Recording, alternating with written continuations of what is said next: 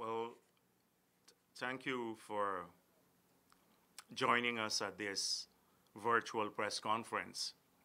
As you're aware, these difficult times require changed circumstances, and we have opted to use this medium in the near future to have our press conferences.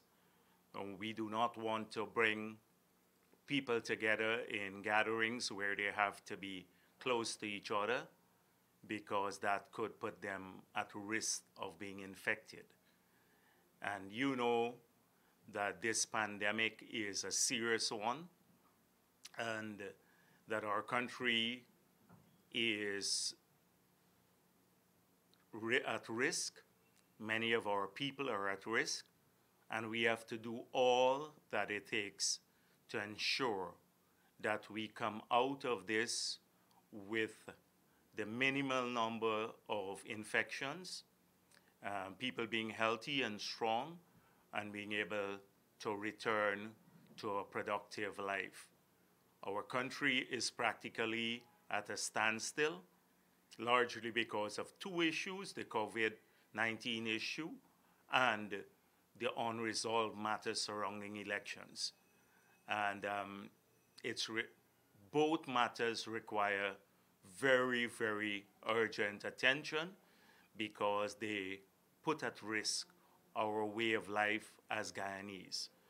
So I know that many of you have been following closely the COVID issue.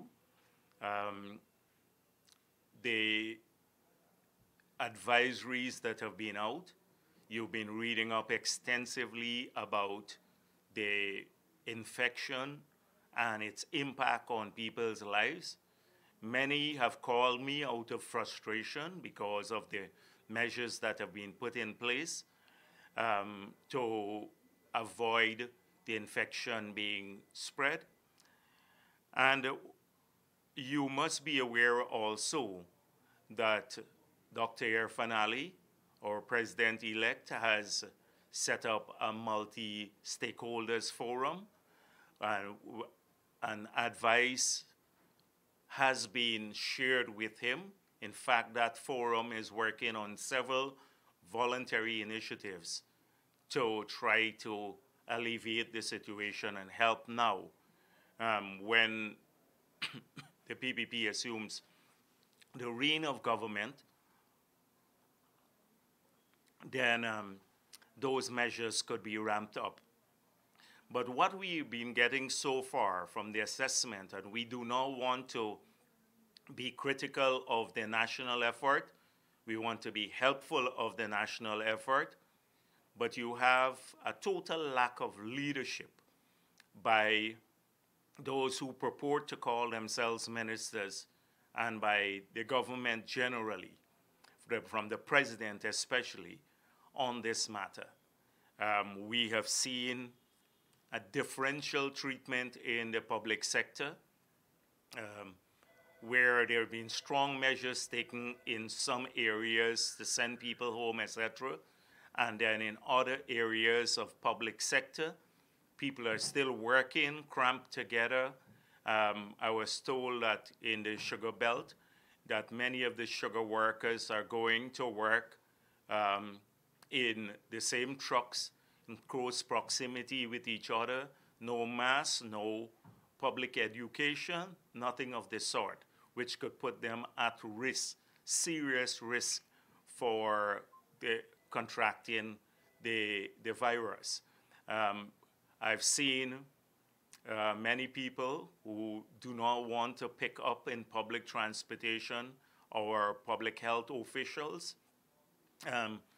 By now, I was hoping that all public health officials and those who have to engage with the public because they provide essential services, they would have had masks or other forms of protection. I see many of public sector workers going about without masks. For example, our policemen, you see them on the road, they don't have any means of protection. I'm not sure what the situation is in the army, but We know that our soldiers would be in close proximity with each other. And even in the health sector itself, from what we've heard, there are not enough masks for the health sector workers. There is a necessity, if people are not going to pick up our health sector workers, for them to be, for special transportation to be provided for them because they perform an essential service.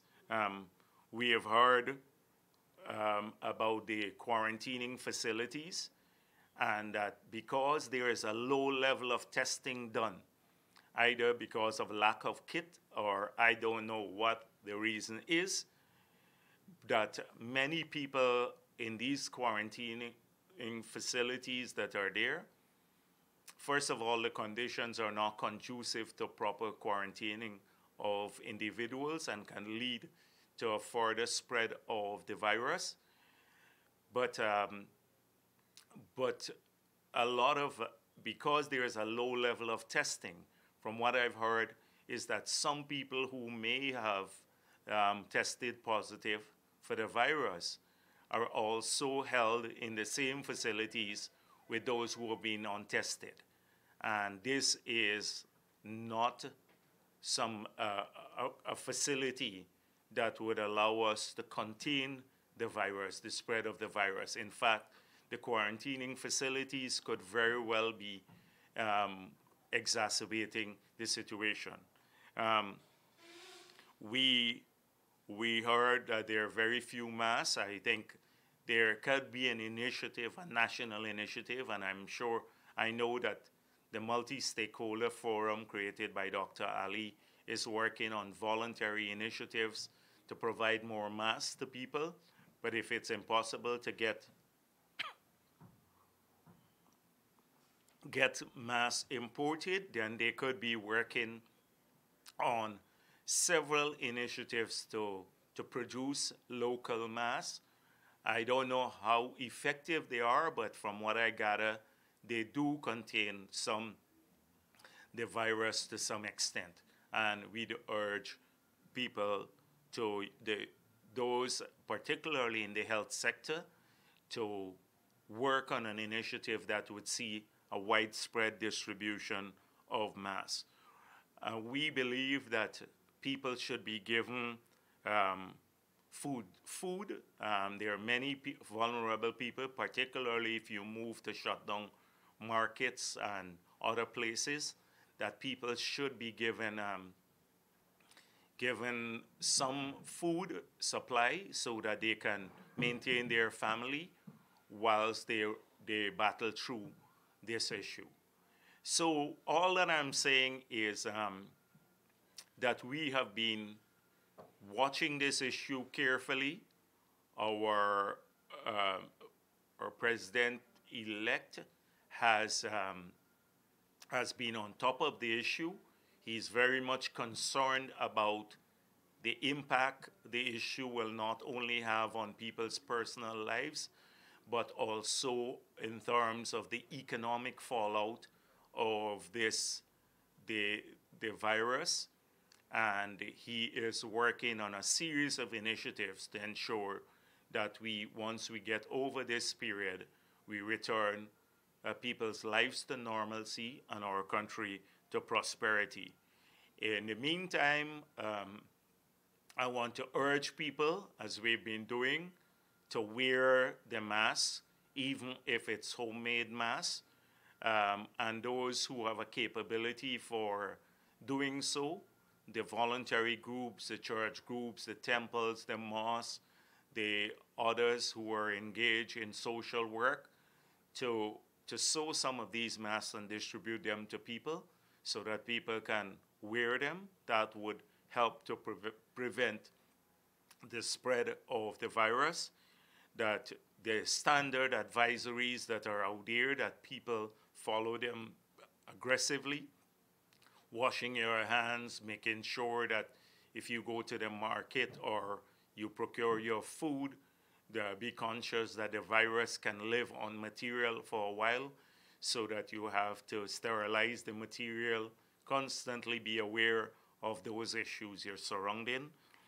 that you self-isolate so as far as possible, whether you're healthy or you've tested positive. Well, you should um,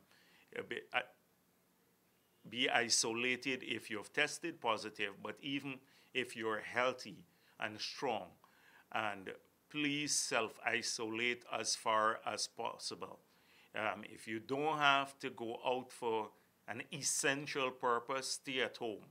Stay away from contact, because it's through contact that the virus spreads. And I know sometimes it's very frustrating for people who are very active, particularly like me, who want to go out a lot and to engage with people or to go out for one purpose or another. But this is crucial that we all do this, that we self-isolate as far as possible, remain at home, etc. The social distancing, that even when you go out, you have to go out, that there is a protocol which says that you should try to stay, first of all, wear your mask, but try to stay away from people at least 6 feet apart from them, and try to observe that too. These are all measures that you can take to help to protect our country and our people. I'm very concerned about some of the measures that are put in place by the government without looking at the fallout on people's lives. And I know there will be some sort of disruption, but these measures seem to be very haphazard and doesn't recognize the potential impact of this disease, and not the disease, but the virus on our country. And there is no need to stigmatize people for this issue. It's a virus that any person can get. You can walk down the road and get it. You can touch someplace and get it. So there is no need to stigmatize people who have or who you suspect have it. You need to just talk to them to ensure that they take care of themselves. I saw one of the questions that came in, because we're doing this virtually, that just before I came on, I was told that there is a Kaieteur news story that a top PPP official has been, is critically ill with the virus. I don't know of any top PPP official who is critically ill with the coronavirus at this point in time. But we are taking all steps here at Freedom House too, to ensure that we play our part in not to cause the virus to be spread.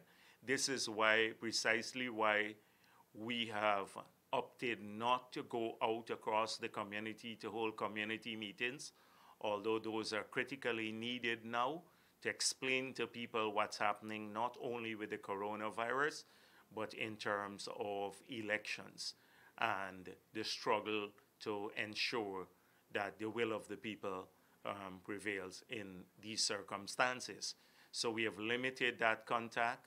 We've been doing a lot of work on the phone, internationally and locally, to keep people mobilized, engaged, but safe, and not bring them together. So we will do all that it takes to play our part in this vital issue. Now, I want to switch a bit to the elections themselves. So we're a month away from the elections, and yet we have not had a legitimate president in place. And I want to assure the people of Guyana that this has become for us an existential struggle, not a struggle of the People's Progressive Party, but a struggle for all decent-minded Guyanese here and abroad for the future of our country, for the condition in which we want to live the rest of our lives. Whether we will allow bullyism and dictatorship and criminal behavior to win out in this period, or whether the decent people of this country will wage the fight for freedom and for democracy and for decency to be the governing conditions in which we live. And that is the fight that we are waging. And there is no giving up on this fight. So although we have been a bit subdued, I don't want for a single moment that anyone to question our resolve to wage this battle to the end. We did this against several odds for years now, when after 2015 elections, with the slimmest of margin, under 5,000 votes, APNU won and AFC won those elections. And they behaved with impunity and as though they had a massive majority. They were given a massive mandate. You saw the changes that they made in the parliament, changes that were part of the last constitutional reform to bring inclusivity and a form of shared governance at the level of the legislature. They reversed all those changes. They had this mantra, it is our time now, although they won with a slim majority. And they behaved throughout that period in that manner. Hunted people down, witch hunt against individuals. They refused to obey the Constitution. They refused to, to observe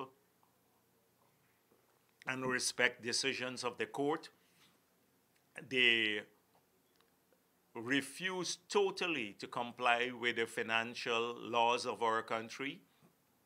They spent hundreds of billions of dollars without parliamentary oversight.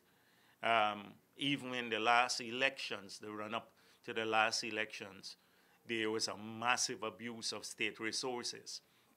And we waged that battle throughout it all. And then the elections were held against all odds. And as you know now, I think most of Guyana would by now know that the People's Progressive Party won the elections that were held on March 2nd.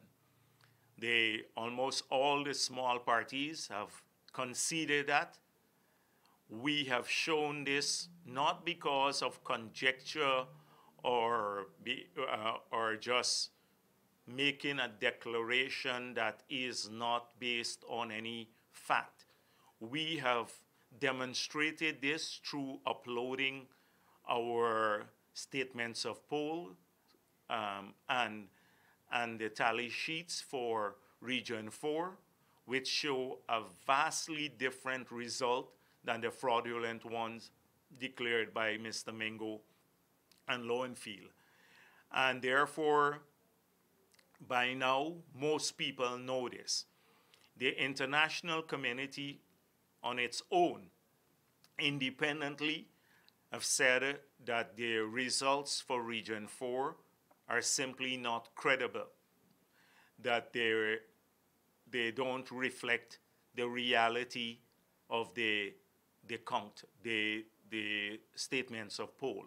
They're simply not credible. So I think most people know what the results are already. And although we know this too, we have not gone out there and made an official declaration because we're still, until now, respectful of the MOU that we signed, Dr. Irfan Ali signed, just prior to the elections. And that the Memorandum of Understanding said at that time that we will await the declaration of the official result from GCOM, and two, that all the parties will respect the results of credible elections. It was the president who introduced the word credible elections. And now we have seen APNU not only declaring that they won the elections and have moved several times to get the president illegally sworn in, but they're the ones who have they now decided to make a declaration to say that they won the election. So in breach, total breach of the entire memorandum of understanding. Now, what I'm saying to most people here is something that they already know. I think the country has by now recognized this. So what we have had since the elections, however, is that a criminal cabal, I suspect very fearful of the consequences of what any legal or investigation could reveal, trying to stage a coup d'etat. And this criminal cabal is made up from some former ministers and others from the APNU and AFC, a small group of ministers and officials from APNU, AFC, those who have benefited the most from the criminal acts over the last 5 years, large-scale acts of thievery and corruption, and some of their business partners joining with some elements within GCOM and some members of the legal fraternity and a few others who are part of this criminal cabal that will do whatever it takes to try to alter the results of the elections. They are finding it very hard to do so, but every single day you see a new struggle being waged by that group, and new hurdles being put before the country and before GCOM that will block an early resolution to credible results being announced and a president sworn in, a legitimate president sworn in on the basis of those results. So every single day you see this group. They're not giving up. This group, and we know who they are, and we know who their families are here and abroad. But they will not give up. They will continue to the very last day to try to get a president sworn in on the basis of fraudulent results that were announced. And so they have been exploring and pursuing several measures. The first they had to go after was the People's Progressive Party. Somehow they believe that the international condemnation of the elections and the lack of credible results announced by Mr. Mingo and others is related to the work of the People's Progressive Party internationally. And so they have been waging a campaign now, paid for by obviously the taxpayers of Ghana, to spread this fake narrative that, oh, it's the People's Progressive Party that tamper with the elections, that they brought in Russians to hack people's votes, and that they should have an international investigation about the role of the Russians in Guyana. This came from the sick mind of Moses Nagamootoo. They obviously, this is so laughable that nobody takes them seriously internationally and locally, because not only was it impossible to hack the election results. If anyone hacked the results or changed the results, it was Mingo. But the entire system is manual, and it is just another conspiracy theory determined so that they can hopefully break the international solidarity with Guyana by a series of rumors.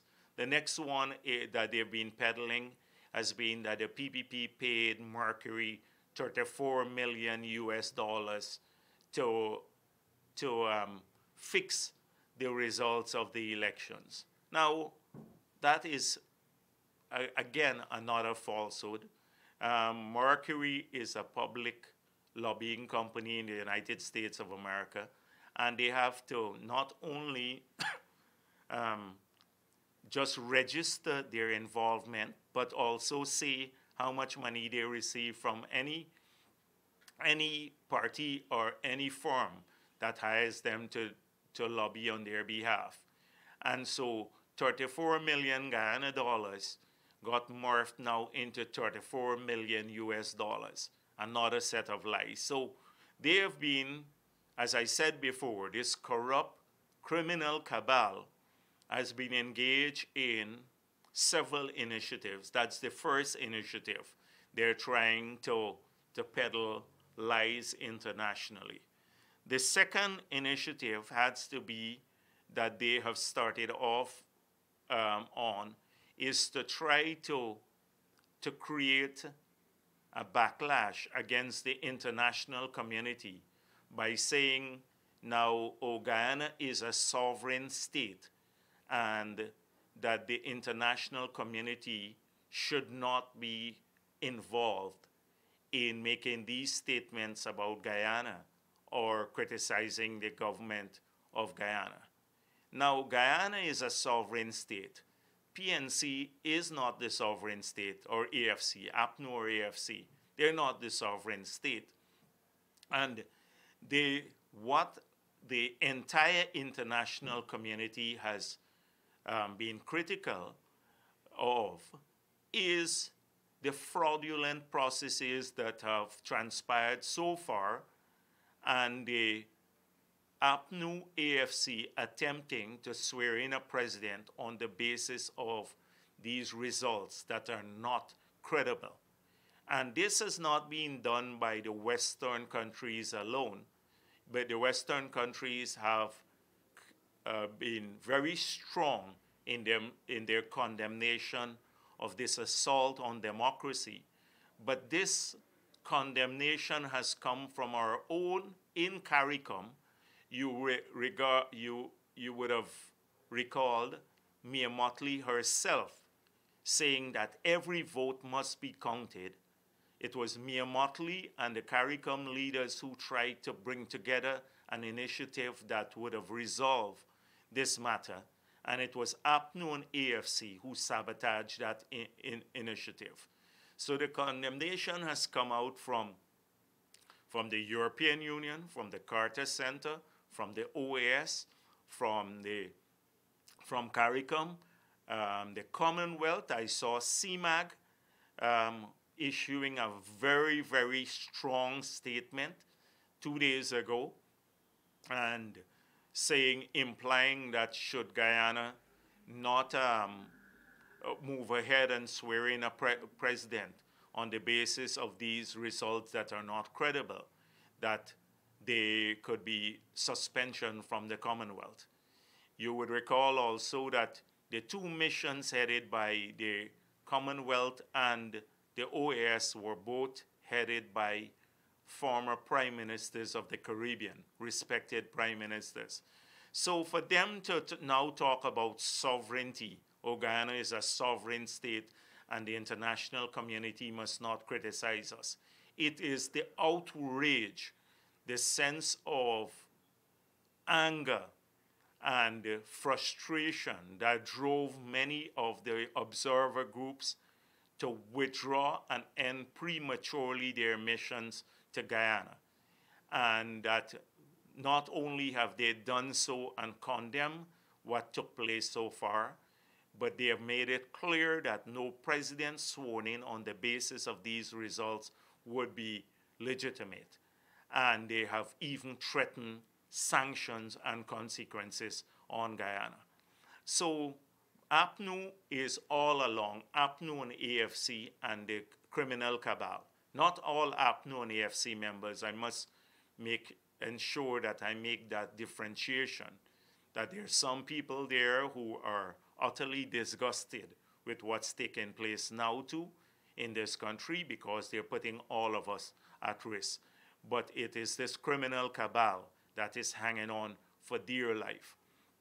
So that was their second attempt to try to get people to go away, to say, oh, we are a sovereign country and we can manage this. We don't need your international condemnation. Well, they do need the international community, and we all need the international community.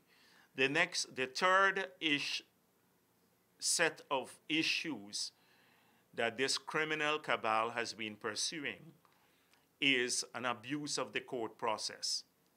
And so what we have seen so far is collusion. In fact, staff of GCOM going to commissioners' homes from the APNU side, members of the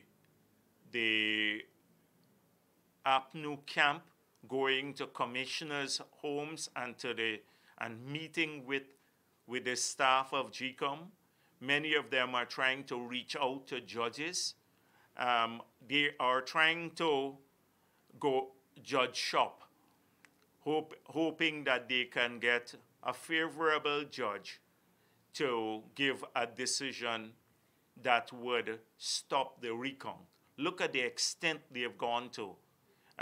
Contrary to their public statements that they want the recount and that Mr. Granger signed on to, they have gone to like a great extent to stop this recount. And even now, they have another case filed before the Court of Appeal. So that criminal cabal is hoping that somehow through the judicial process that the recount would be stopped, and then Justice Singh and the commission will have no choice but to declare a president on the basis of these fraudulent results. Well, thankfully, that has not happened so far. As I speak here today, the commission has decided to move forward with a recount.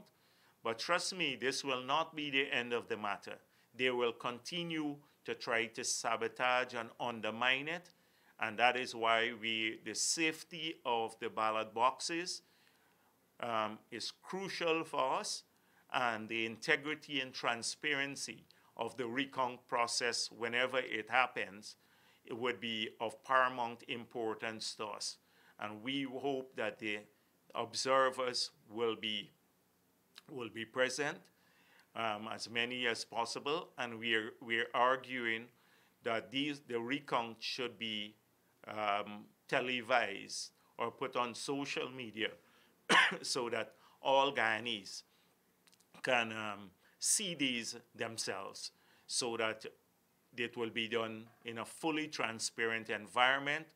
I think by now the Secretariat staff has compromised itself so much that it would be hard for them to lead the process. So I hope that the Commission will decide on a way forward that would see hopefully a return of CARICOM and many others, independent bodies who are interested in ensuring that this process comes to a swift, legitimate conclusion, that they be included as part of this process. And so we have to continue the struggle. We're now struggling. I want to tell you how desperate this cabal is. that people like Amnali and Patterson and Cathy Hughes and all of the others are busy going around trying to get people to sign a petition for Mr. Granger to be sworn in as president. On one hand, they said that the GCOM is an independent commission and must make the decision, but they want people to sign a petition now for him to be sworn in. So then we don't need elections. All you need is somebody to declare a fraudulent result after the elections are done, get one RO to declare fraudulent results, and then get 5,000 or 10,000 of your supporters to sign a petition to say that the president must be sworn in on the basis of those fraudulent results. And then we can just dispense with elections and the one person, one vote principle. We can just dispense with that forever. That's the APNU way of trying to resolve this issue. But even it just shows how callous they are, because by trying to get people to sign a petition, they're putting at risk thousands of people who have to sign on to this petition. They have to hold the same documents, they have to get the same pen and sign on to a petition, and they're going to their homes. So the desperation knows no end. And I wanted to say this today because a lot has been said about this already, and I know it's been, I've been speaking for a while, but somehow people believe that this is all benign. And APNU has this way of claiming respect for rule of law, allow the Constitution to work, allow the Commission to do its work, but then consistently by its actions, look in the court, look who the lawyers are, look at the Commission, look at APNU's commissioners' behavior, and you will see a consistent effort to undermine a recount that would allow us to move forward. So that is why I've spent so much time talking about some of the things that they are doing. They say the right things publicly, but then undermine the whole process moving forward. And they have also tried to shift the narrative from one about free and fair elections to one about ethnic exclusion. Now, we made it clear, and I want to repeat this here, that the People's Progressive Party campaign on a message, a platform, a manifesto of inclusion, that Guyanese of all races have nothing to fear from a PPP government, an Irfan Ali government. In fact, they can look forward to an era of prosperity, all Guyanese, and they will be treated fairly, and all the opportunities will go to all of our people. Now, we have made it clear for those who say that they want to move forward. We said our position in the People's Progressive Party is that right now we are not going to be held hostage. The elections were held, the results have to be, people's votes have to be counted.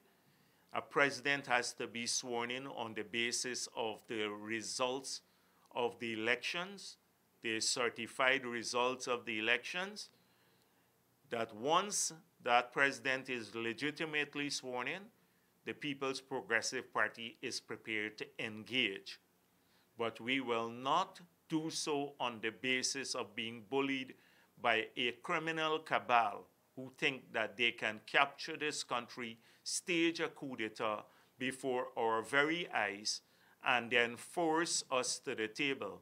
Or hopefully their end game is to get to an election petition which they can drag out forever. And they believe they can hang on to government by dragging out an election petition. That is simply not going to work. And for those of them who believe have been peddling the view that sanctions are, that those who are calling for sanctions are not patriotic, well, They just need to look back into their own short history when Granger himself called for international sanctions, and many of the current actors were the most aggressive ones calling for international sanctions against Guyana in 2015. Although Ramatar had just prorogued the parliament, didn't try to steal an election or have a president sworn in on the basis of fraudulent results, and they called for international sanctions. And many of them believe they can get away with this. Well, the sanctions are going to be personal against many of them and their families. We will have, they don't understand that there would be no bilateral funds flowing to Guyana nor multilateral funds. There would be an exclusion and isolation. We'd become a pariah state in many of the international organizations. There'll be trade sanctions against the country, and even proceeds from oil and gas, etc., will get caught up in this entire process moving forward. There's no way they can move forward if Granger is sworn in on the basis of these fraudulent results. He'll be illegitimate. Now, this brings me to Mr. Granger himself. And this cabal, I always would like to give him the benefit of the doubt. And the fact that they are trying to get a petition signed to get him sworn in tells me that maybe he is having some doubts about being sworn in on the basis of these fraudulent results, because by now he would have seen what the international community has said, that he will be treated as illegitimate and possibly be personally sanctioned. So one would think that if he is interested in finding out what is going on, then he has ways of doing this. Mr. Granger is still the president of Guyana until new president is sworn in. Many of the others are imposters around him. They call themselves ministers and prime ministers, but they are not. So he still has vested with state authority. He could easily call the special branch and the Army intelligence and ask them to give him a report. And the report will point out to the collusion that I speak of, because I'm sure that special branch and the Army intelligence know about the collusion between APNU officials, some GCOM officials, and others who are trying to stage this coup, who know precisely what took place, but they're trying to slow down the process of getting to credible results. Mr. Granger can, in 5 minutes, call the head of the Army and the commissioner of police and get the special branch to produce a report. That report may tell him how Volder Lawrence's signature got on the declaration that the RO made, Mr. Mingo made, when it shouldn't be there, and it's not there for no other region, where the 9 other regions where the ROs declared the results for those regions. It would also tell him about the meetings that are being taken place and the pressure brought to bear on some people, officers of GCOM, and I dare say, I want to be cautious about this, but even some elements in the judiciary who are being prevailed upon, and I must say many of them are standing their ground to sanction this illegality. Mr. Granger, as the head of the party, apart from having presidential powers until the new president is sworn in, he's also the head of the People's National Congress. He could also easily call for them to produce these statements of poll. He could say to the PNC, the People's Progressive Party has put up all of its statements of poll for Region 4. The international community has mentioned this, the OAS. Nobody has challenged those statements of poll. They've put up their tally sheets to support the statements of poll. Where are our statements of poll? And why aren't we? Why, if we have different statements of poll that show that what the PPP has put up is not accurate, then why aren't we taking this on in a public way? He could easily ask that for those SOPs. And I can guarantee you, if the APNU leadership has to present to Mr. Granger the SOPs, and Mr. Granger gets one independent person to look at those, he would be able to verify precisely what we are talking about. And he would recognize that there is a plot within APNU to rig these elections. He could easily ask a couple of other questions. Why is it that Mingo's declaration in some areas have more votes, total votes, than number of electors in those areas?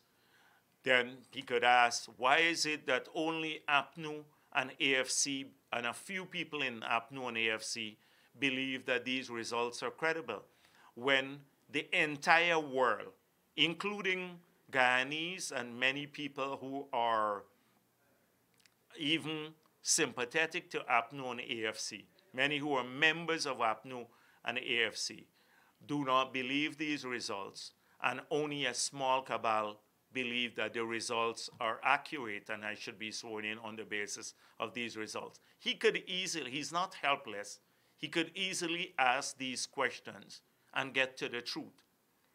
But he is content to go along with it, and it shows a lack of leadership, because he's putting this country at risk. He's allowing the issues not to be settled. And right now, we need a stable, legitimate government so that we can tackle the many challenges. We have other threats right here in our region. We have the threat of the COVID-19 virus, and we need to swiftly move our country to prosperity based on potential fallout from not just the elections, but also the COVID-19 issue. So these are all issues today I thought that I'd raise with you using the medium of this virtual medium, because, as I said before, I did not want to bring people to the press conference physically here. We've been a bit, we'll continue to, first of all, let me just say that we'll continue to be responsible. We'll continue to urge people to follow all the advisories on COVID-19. We will continue to watch the ballot boxes. I want to thank everyone who was supported through whatever means whatsoever. Efforts to protect our democracy, and these are people who support the People's Progressive Party, and for which we are extremely grateful.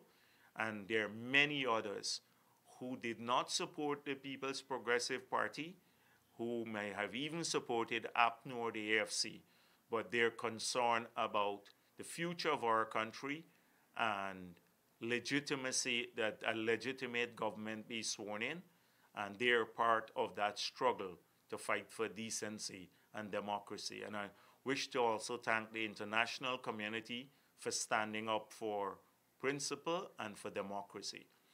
So I'll end here. Let me see if I have any questions that came out. Unfortunately,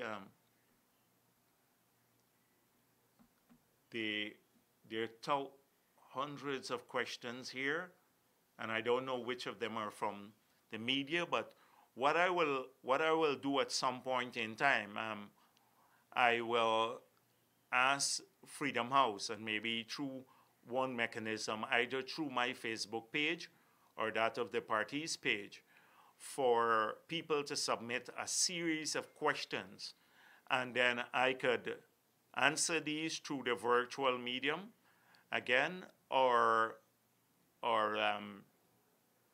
we can, I can get one of the party leaders to do a regular forum of this sort so that they can give answers to people who have many questions that they want to raise.